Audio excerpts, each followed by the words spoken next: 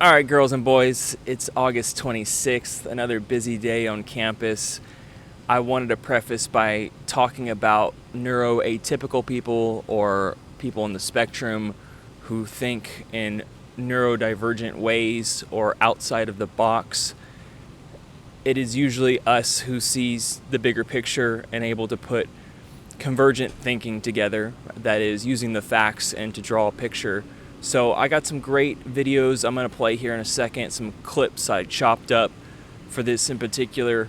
But I'm just saying, normies are just focused on putting their, kids in a giant Suburban and calling them Pookie, not even clearly thinking about anything else, because we're emotionally driven creatures. Everything we do is emotionally driven, virtually.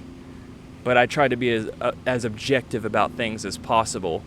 So one last comment on these images, these videos. They mentioned high emissions scenario. I'm not sure what they mean. We're already at 420 parts per million, which is pretty dang high in my opinion, and many others. However, they don't include the temperature range that these migrations are occurring at, but let's say we're at 2 or 3 degrees Celsius above pre-industrial average, then yeah, you can expect this to happen within the next 10 or 20 years. And so also, if you've lived in any of these cities, these major metropolitan areas, that they're highly overpopulated, highly expensive, gentrified as all get out, all connected by highways and roads.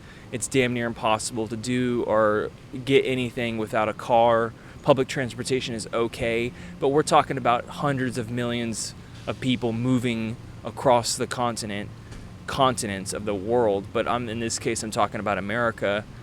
How, again, I said this in a previous video, how are you going to feed all these people? Where are you going to house them when housing is as expensive as it is now, and hyperinflation? How are you going to clothe them? What is work? You know what I'm saying? This is a system designed to fail, and we're waiting this long to fix our bridges and roads. It's not going to keep up. So I really want you to watch these clips and imagine. Just use your imagination. Use divergent thinking. Went forward in time to view alternate futures, to see all the possible outcomes of the coming conflict.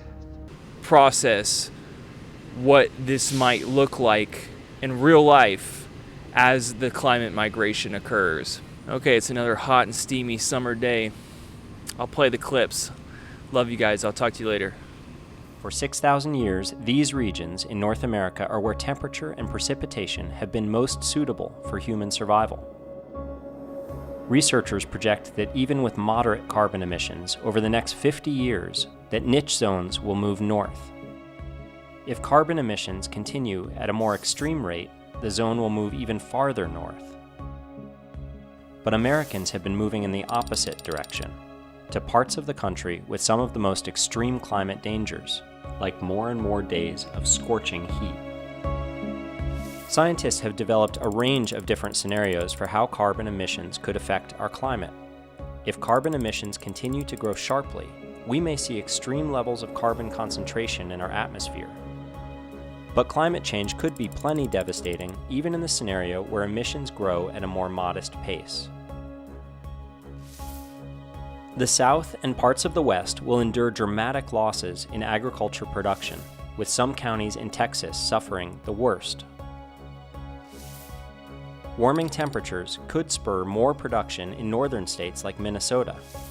Experts suggest Detroit, Buffalo, Milwaukee may see a renaissance as climate migrants from the lower half of the country move north. Climate-driven economic damage will spread across the southern third of the country, erasing more than 8% of economic output. But it won't hit everyone equally.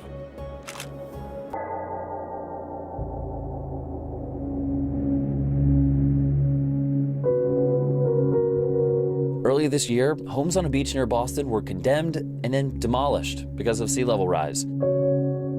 Similar harsh realities are unfolding in New York, New Jersey, North Carolina, Louisiana, South Florida, California, and even far from the coasts, chronic flooding, droughts, heat waves, and devastating wildfires destroy homes and even entire towns. Oh, and at our southern border, the migrants seeking a new life in America, a lot of them are coming here to escape climate change, which is magnifying the effect of hurricanes and famine back at their home. A National Intelligence Council report from early April predicts it's all only gonna get worse, amplified by global political instability, an avalanche of climate refugees, and even impacts on America's military readiness. I mean, the changes are already in the news, but it can be difficult to see the big picture if you're not looking for the patterns. Climate migration is ongoing now. This isn't just a future theory. Jesse Keenan at Tulane University is one of the world's leading experts on what's known as climate migration. And by the way, we're already seeing this in Arizona. So there's a lot of people that are leaving southern Arizona and they're crowding out the real estate and housing markets in northern Arizona where it's much cooler in the mountains. This is my idea of climate gentrification, right? And in that process, people who are there get crowded out because rents go up, housing prices go up, et cetera, et cetera. And this climate gentrification, just to be clear, it's going to happen in part because there are places in America where we just can't live anymore. Neighborhoods or entire cities. These places already exist. We already have a pretty good idea of where these places are, particularly in many places in coastal America. We will not be able to live in these places. We have built to the edge of abyss in many places in this country. So what does that look like? Well, there are an increasing number of models and studies and projections of how many Americans move and where they move. And while no one has a crystal ball, there are some striking similarities among the predictions. With sea level rise accelerating, millions of Americans will seek higher ground. In Florida, Orlando's population explodes as millions escape Florida's coasts, some moving to Atlanta or Dallas or Austin. Those same cities will also become home for hundreds of thousands leaving New Orleans and the Gulf Coast. In the Northeast, Americans trade the Atlantic coast for the freshwater coasts of the Great Lakes, leaving behind Boston and New York, creating a renaissance for Rust Belt cities like Buffalo, Cleveland, and Detroit.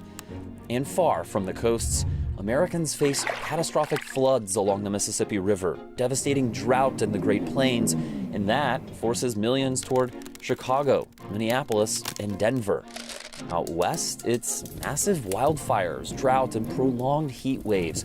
Those factors could make Sacramento, and even more likely, Seattle, the cities of choice. So it is possible that before the end of this century, Miami becomes a ghost town, and New York and LA are no longer America's biggest cities. By then, it could be Chicago and Seattle. The other sort of worst case scenario here is that there's people who simply don't have the means to leave, particularly the elderly and those with lesser means, and they become trapped. And they become trapped in very high risky places, which, by the way, no longer have much of a tax base or an economic base to support the social services for many of these people. So this gets complicated quickly and expensive, with soaring numbers of people living on the street because they can't pay rent. And then there's those with a home or an apartment. They start wondering how they can buy insurance. Oh, and consider that the cost of disasters linked to climate change has been skyrocketing over the last decade.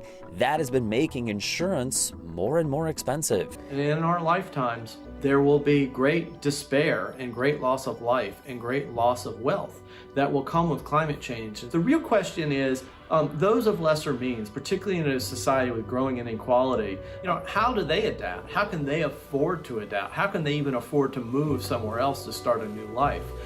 That's the challenge ahead. And we have to make a decision about what we want to protect and what we want to let go.